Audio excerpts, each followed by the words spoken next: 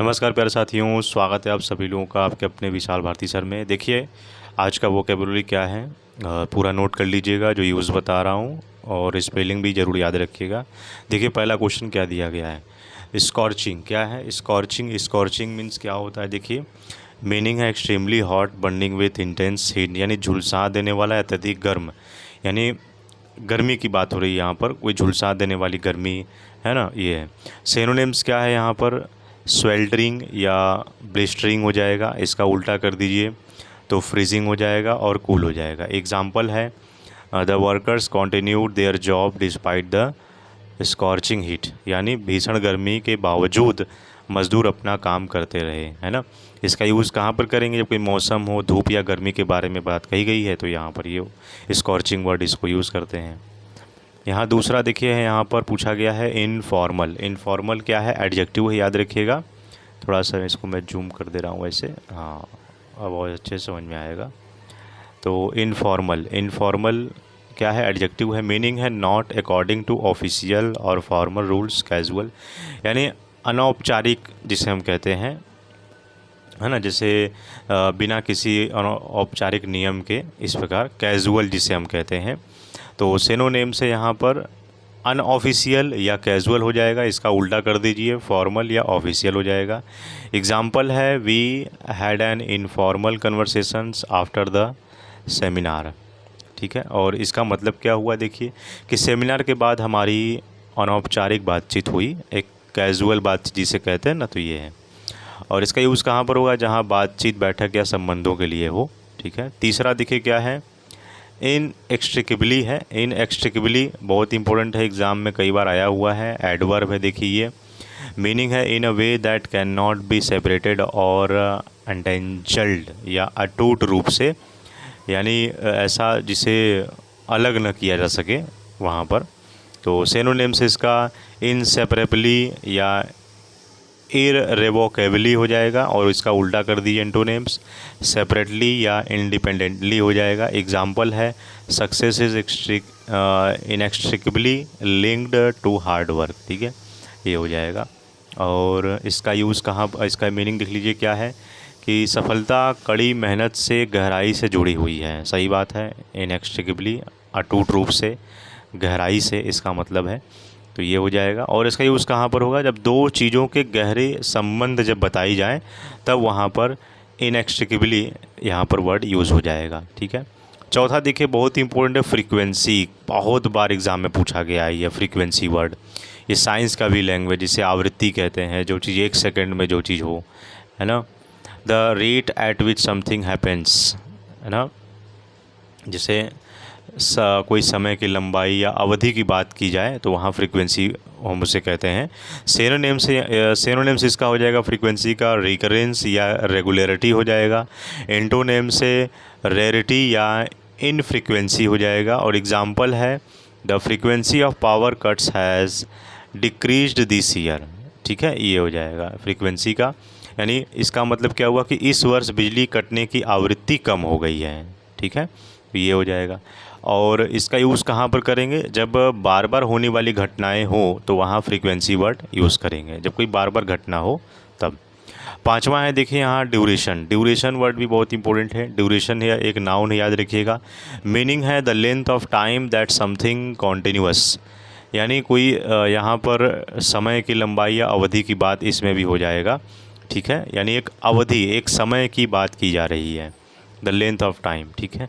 Synonyms है period हो जाएगा या स्पैन जिसे हम बोलेंगे, और इसका उल्टा कर दीजिए इंस्टेंट या मोमेंट हो जाएगा ना, तुरंत जिसे हम कहते हैं। एग्जाम्पल है the duration of the examination is 3 hours.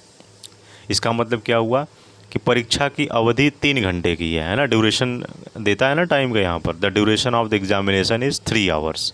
और इसका यूज़ कहाँ पर होगा, जब किसी कार्य या घटना की समयावधि, यानी कोई अवधि, समय की अवधि अगर बताया जाए तो वहाँ ड्यूरेशन वर्ड यूज़ हो जाएगा, ठीक है। इसके बाद देखिए यहाँ पर पूछा गया है क्वेश्चन नंबर 6 आपका, इंटरवल। बहुत इंपॉर्टेंट है ये इंटरवल, और इसको तो आप जानते ही हो, जिसे अंतराल कहते हैं, a period of time between 2 events. है ना। ये दो घटनाओं के बीच का समय जो होता है वो अंतराल होता है, इंटरवल होता है। सिनोनिम्स क्या है इसका, देखिए ये है गैप या इंटरल्यूड, जिसे हम कहते हैं इंटरल्यूड, ठीक है, गैप या इंटरल्यूड हो जाएगा। और इसका एंटोनिम्स है कॉन्टिन्यूटी या कॉन्टिन्यूएशन हो जाएगा, ठीक है। एग्जाम्पल है there was a short interval between the two matches. तो इसका अगर हमें यूज़ है तो इसका हिंदी मीनिंग देखिए क्या है कि दोनों मैचों के बीच छोटा अंतराल था। There was a short interval between the two matches, यानी दोनों मैचों के बीच छोटा अंतराल था। तो ये बात कही गई है। तो इंटरवल का यूज़ कहाँ पर होगा, जहाँ पर समय के अंतर को बताया जाए तो वहाँ इंटरवल वर्ड यूज़ करेंगे, ठीक है। सातवां देखिए क्या है, एमिशंस, बहुत ही इंपॉर्टेंट है ये, कई बार ये अभी एग्ज़ाम में पूछा गया है। नाउन है, याद रखिएगा, इसका मतलब होता है उत्सर्जन, है ना। तो इसका इंग्लिश मीनिंग क्या है, the releases of gas, heat और other substances into the environment, यानी कोई गैस या पदार्थ का उत्सर्जन हो तो उसे एमिशंस कहते हैं, ठीक है। और इसका सिनोनिम से डिस्चार्ज या रिलीज़ हो जाएगा, और इसका एंटोनिम से एब्जॉर्प्शन या रिटेंशन हो जाएगा। और इसका एग्जाम्पल है vehicle emissions are a major source of air pollution, ठीक है। इसका मतलब क्या हुआ कि वाहनों का उत्सर्जन वायु प्रदूषण का बड़ा कारण है, ठीक है। जो वाहनों का उत्सर्जन है वो वायु प्रदूषण का बड़ा कारण है। Vehicle emissions are a major source of air pollution, ठीक है। और इसका यूज़ कहाँ पर होगा, जहाँ पर पर्यावरण और प्रदूषण के संबंध में बात कही गई हो तो वहाँ एमिशन वर्ड यूज़ हो जाएगा। आठवां क्या है, प्रॉक्सिमेट, ये भी देखिए इंपॉर्टेंट एग्जाम में ये भी आया हुआ है, पूछा गया है। मीनिंग है क्लोजेट इन टाइम, ऑर्डर और कॉज, यानी निकटतम या तत्कालिक जिसे हम कहते हैं, ठीक है। सिनोनिम्स है इमीडिएट या नियरेस्ट हो जाएगा। एंटोनिम्स है रिमोट या डिस्टेंस हो जाएगा। और इसका एग्जाम्पल है the proximate cause of the fire was an electrical fault, यानी आग लगने का निकटतम कारण जो है वो विद्युत दोष था, ये कहा जा रहा है, विद्युत दोष।